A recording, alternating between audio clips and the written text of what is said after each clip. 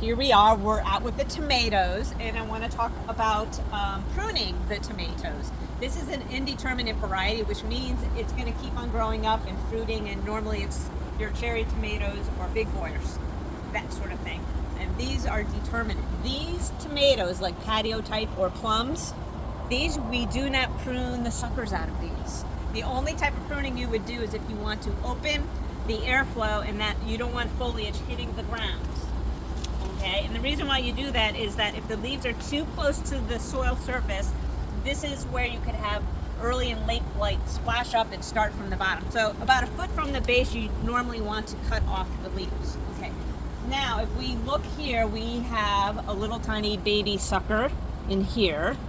And I'm going to clean my pruners because we can't transfer any kind of disease from one to another. So these are our disinfectant wipes. So easy, right?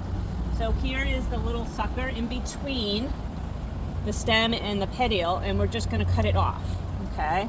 And then down below we have in here, here's another sucker, and it's much larger, but by doing this, we're opening the airflow, and that's really good for a tomato plant because that's what we want. We don't want any disease, and it opens it up and allows light in to help ripen the tomatoes. Voila!